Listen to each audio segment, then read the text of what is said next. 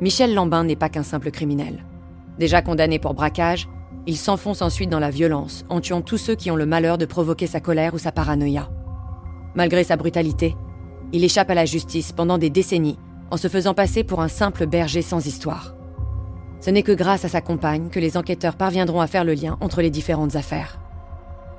Pour amener de nouveaux éléments de compréhension, Marie Drucker a interrogé le professeur de criminologie Alain Bauer. Bienvenue dans Au bout de l'enquête, l'affaire Michel Lambin, épisode bonus.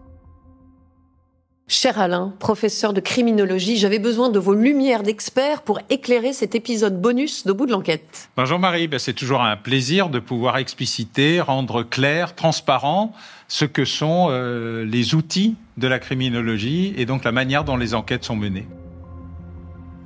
À l'exception de la dernière affaire pour laquelle il est jugé et acquitté, Michel Lambin n'a jamais été inquiété dans les autres dossiers dans lesquels il est encore aujourd'hui présumé innocent.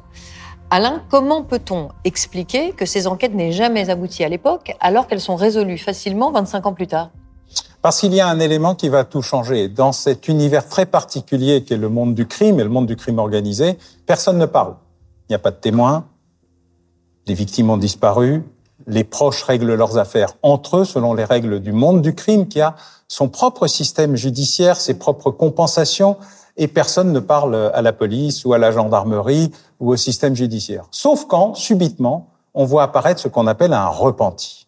Un repenti pour des raisons de vengeance, un repenti pour des négociations avec la police sur d'autres affaires, et à ce moment-là, subitement, tout ce qu'on ne comprenait pas, tout ce qu'on n'expliquait pas, tout ce qui ne permettait pas de poursuivre ou d'enquêter devient beaucoup plus simple parce qu'on a une source interne, et dans ce cas précis, c'est sa compagne.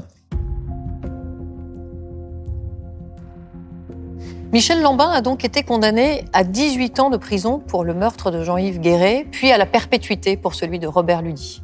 Sans parler des soupçons qui pèsent sur lui pour les crimes prescrits des années 80. Alain, Michel Lambin est-il un tueur en série ? Ça dépend de ce qu'on veut dire par là. En fait, pour déterminer une série, c'est à partir de combien et surtout sur quelle période de temps et avec quel type de crime. L'idée générale qui a été définie par un agent du FBI, Robert Ressler, en 1974, c'est qu'il faut que ça soit le même type de crime dans un délai clairement identifié. Alors, on n'a jamais réussi à se mettre d'accord, d'ailleurs, sur le délai. 1 semaine, 1 mois, 1 année.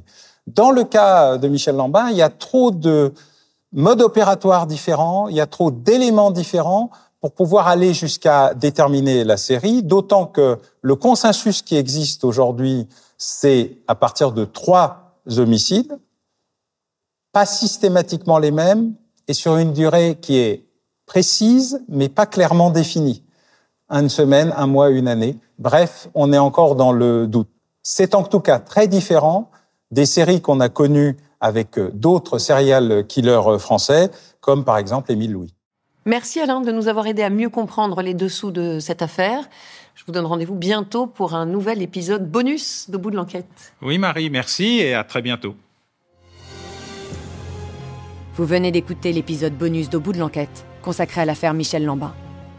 Si vous avez aimé ce podcast, vous pouvez vous abonner sur votre plateforme de podcast préférée et suivre Initial Studio sur les réseaux sociaux.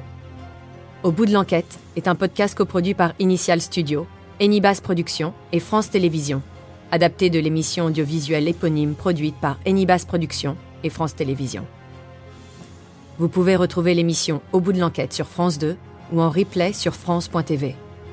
Production exécutive du podcast, Initial Studio. Production éditoriale, Sarah Koskiewicz et Astrid Verdun, assistées de Marie Agassan et Cypriane Ligère. Production éditoriale, Sarah Koskiewicz et Astrid Verdun. Montage, Joanna Lalonde. Avec la voix de Julie Drey.